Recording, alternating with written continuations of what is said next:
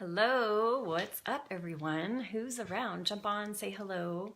Super excited to be back and to share some of my story and some of the ways I have seen through myself and through clients I've worked with how we stay in the cycle of stuckness and what has shifted for me over the last few years that has helped me get out of that cycle of stuckness and really shift things in a much more powerful way than previously. So if you are around, say hello, let me know where you're joining from. And if you're on the replay, of course, let me know you're there. And as we go, if you have questions, of course, go ahead and add them and I'll review them at the end. So let's go ahead and get started. So for me, what I'll share for you are 4 different ways that we tend to stay stuck. And I'll share specific examples from different areas of my life where I have stayed, was stuck. And then I'll share the 4 ways I've worked through that.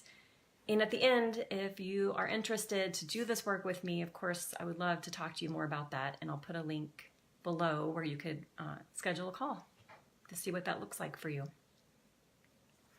So for me, my upbringing, and this is not uncommon, right? A lot of feelings of just not really fitting in, not belonging, maybe feeling a little bit uncomfortable in my own skin, and just really a deep-seated sense of just unworthiness and just uncertainty and definitely like disconnection from myself and what I'm here for, right? And so I spent a lot of time in my 20s and 30s just like, what am I supposed to be doing, and following different paths and kind of falling off the path and really letting society dictate a lot of what I thought was okay for me to do. So, for example, I had a strong desire from a young age to be a writer. I was obsessed with books and reading, and I even thought, maybe I worked for a publisher and I could just read books all day.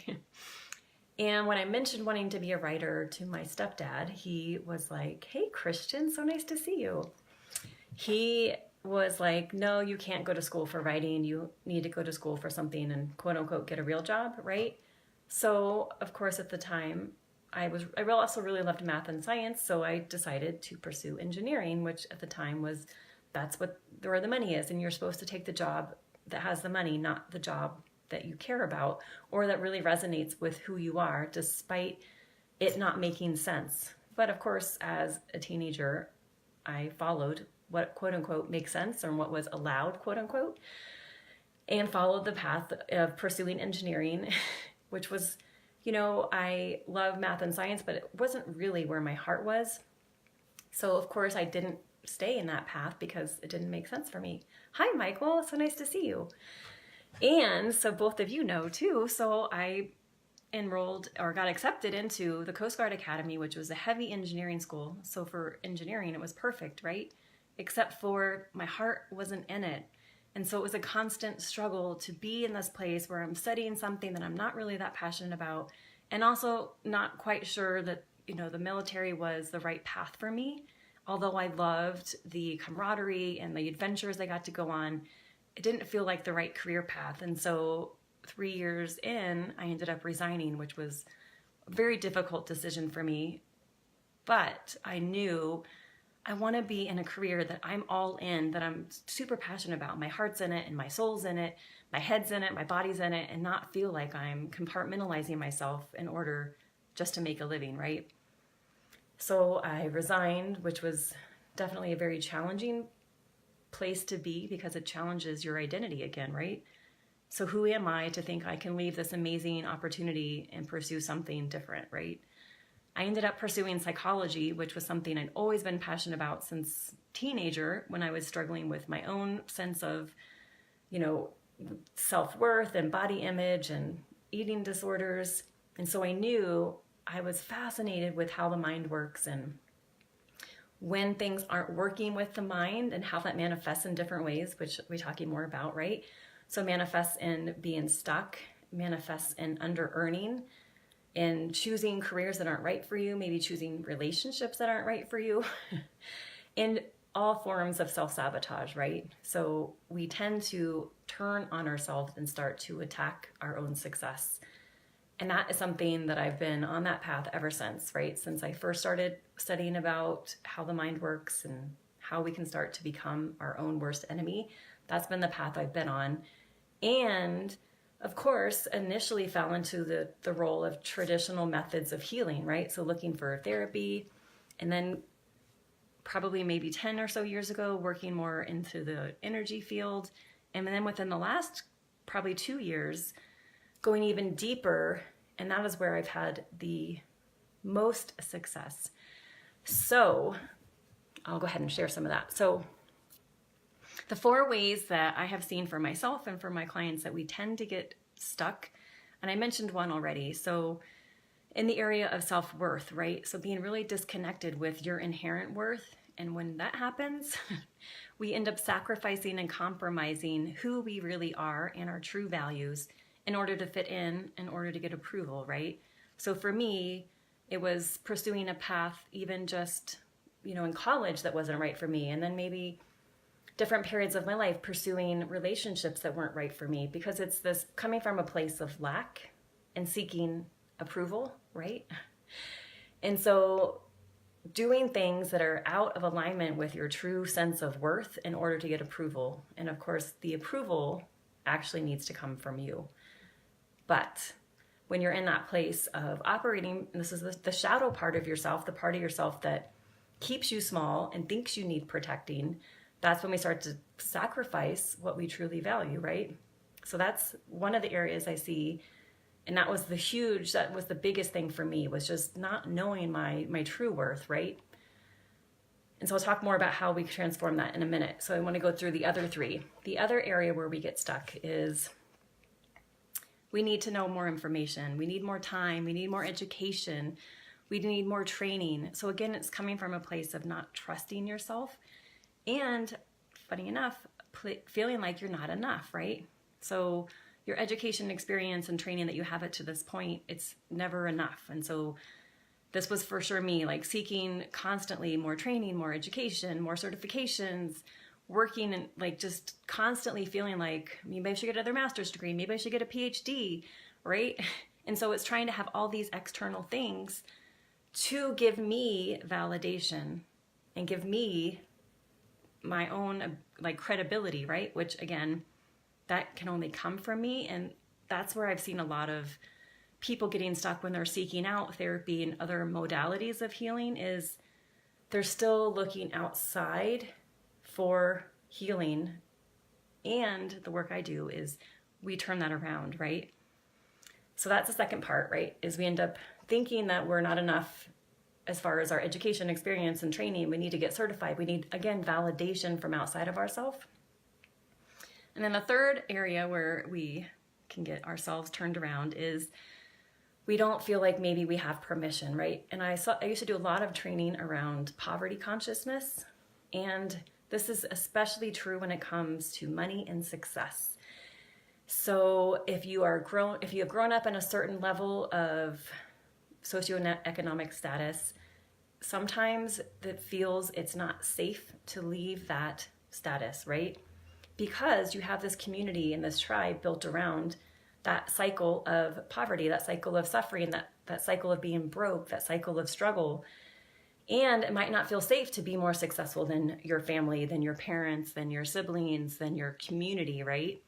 And so we're constantly keeping ourselves small and at a lower level of success than we truly desire, because it doesn't feel safe, or we don't feel like we have permission, which is kind of funny, to do what we desire, right? So for me, even, you can see that in my story about my stepdad, I didn't feel like I had permission to pursue my true desire, which was writing.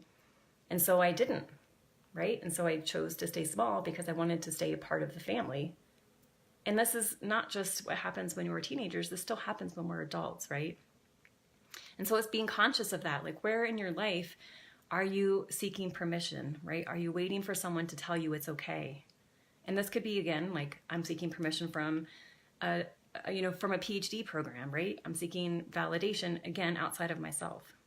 Okay, cool. So the fourth area is, just check my notes.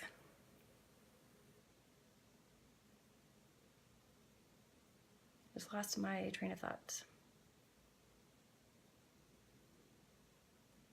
Oh yeah, the most obvious one. is the belief that it's so hard, right? And this is, I would say this is one of the more common ones, in addition to the first one I talked about of not feeling like we're good enough or we don't have inherent worth. So that it's so hard, right? And everything is against me. So this happened to me, especially, I want to say 2014. So I had a series of pretty significant losses in my life. And so I started to get in that cycle of like, why is this happening? Like, how come this person died? Like, why, what? And that's when we start to think we can change the past and we get completely wrapped up in the past. Like, this person was supposed to be in my life for multiple years. Or you can have the same thing with relationships, right? This relationship was supposed to be this way. And anytime you mention supposed to be and you're trying to change the past, that's when you're in the energy of the victim. And the victim energy is rampant. It's insidious, sorry, in a lot of our society, right? Like, why is it so hard? And the government's against me, and this thing's against me, and the job's against me, and the man's against me. And that was me, was like, how come this person died? And why is this not working? And why is it so hard? And that energy keeps you stuck, right? Because you can't change the past. The past is gone, it's done. And all you have power over is this moment and how you choose to deal with this moment, which will impact your future, right? And so this is also where I started to see some failings with traditional models of healing, right? So with therapy, right? So swimming around in, past patterns and trying to, looking at overcoming past patterns or past relationship issues or family drama or trauma or family lies and agreements that you might have.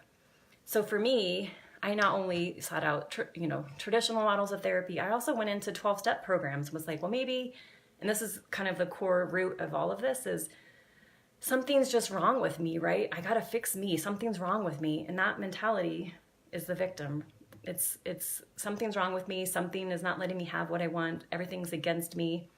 And even 12-step programs, while I do feel they're beneficial, I don't feel they give you the true freedom that I desired, right? And what I saw as a common thread between all these different models of healing, from energy healing to the ones that I did, to soul editing programs, to therapy, to 12-step programs, was this is the key, right? They still placed your power outside of you. There were still, like, you need to do, these 5 things and then you'll be fine, or you need to resolve, these family issues, or it's just because that you have daddy issues, and you just swim around in those issues and you don't actually move through them and past them and use them to become the best version of you, right? You end up swimming around and staying stuck because you're still seeing the world as something, not the world, seeing that everything else has the power and you don't. And so what shifted for me over the last year or two was working with a couple mentors with a completely different type of energy that actually transforms everything, right? And so what happened was, instead of looking outside of me and seeing like, oh, I need to, do this model of therapy in order to heal this, and need to go to this 12-step program and heal this, it was actually looking in the mirror, right? And seeing that everything that I think has power over me doesn't, right? And everything that I'm seeking validation and approval and acceptance from and security from is not able to give me any of those things. And to look within and to see, I have the power to heal, transform, and completely change all of these things. I'm the only person that can give myself that sense of security. It doesn't come from money. It doesn't come from a partner. It doesn't come from family. It doesn't come from a job title. It comes from within. The same thing with validation, the same thing with approval, same thing with acceptance, the same thing with belonging, is that it all comes from you. And once you see that, it is the hugest source of power and liberation and freedom, because then you start to see, I'm not at the whim of my past family patterns. I'm not at the whim of some catastrophe or disaster that's happened in my past. I'm not at the whim of my career or my business or my partner, because I can choose in this moment to completely master my energy and my well-being and see everything as something that is working for me. So no matter how ridiculously crazy, upsetting, traumatizing it is, it's always working in our favor when we choose to see it that way. And it's usually those things that actually are those like nuggets of gold, right? And so it's bringing all of that into the light and seeing all the stuff that we've tried to run away from and give our power to, everything that maybe you've been ashamed of, is bringing that out and seeing that's actually your gold mine. That's actually for you to become the highest version of you. And so this is key, and this is fundamental, because I was actually at a meeting on Saturday, and there's so much of this mentality of we need saving and we need to save other people. And that was me too. I was in the nonprofit sector, and I have a huge heart. And so I was like, yes, I need to help all those people that can't help themselves. And now I see that's also victim mentality, because no one needs saving and no one needs helping. And what I'm here to do is to guide you back to you, to your power, so that you see you have everything you need to be successful in every area of your life. And that is the most pure source of power. It's not, I'm here to help you, I'm not here to save you. And you're not here to help anyone, you're not here to save anyone. You're merely a point of guidance for someone to see what's possible, right? Does that make sense? Are there any questions so far? So, what is possible when you do this work is everything. Honestly, everything. And you start to see the world so differently. You start to see that everything is really up to you, which is not to say that you're going to start beating yourself up and everything's your fault, but it's to see that you are the source of all the change that you desire, and that you can see everything that has happened and is happening is actually in your highest good, and is actually in order for you to completely transform your life and become a person that people look to and say, how did you do that? I want that, right? Instead of being that person that continues in that cycle and continues to stay smaller and stay stuck and to stay in struggle and to stay under earning, to stay in negative relationships, to stay in negative thought patterns. Because often what happens is we circle around people that have those same patterns, right? And so it's even more challenging to get out. And the work that I do is guiding you to make those changes and to see that you have the power within you to make those changes. And so it's really shifting and turning all those things around that I mentioned, those 4 things I mentioned, turning those all around into a source of power for you, so that you actually end up alchemizing that negative victim energy into an energy of empowerment. And in empowering others, you empower yourself, right?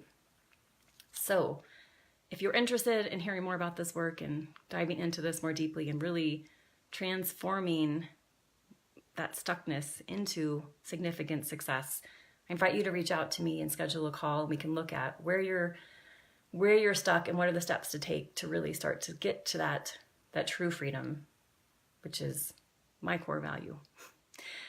All right.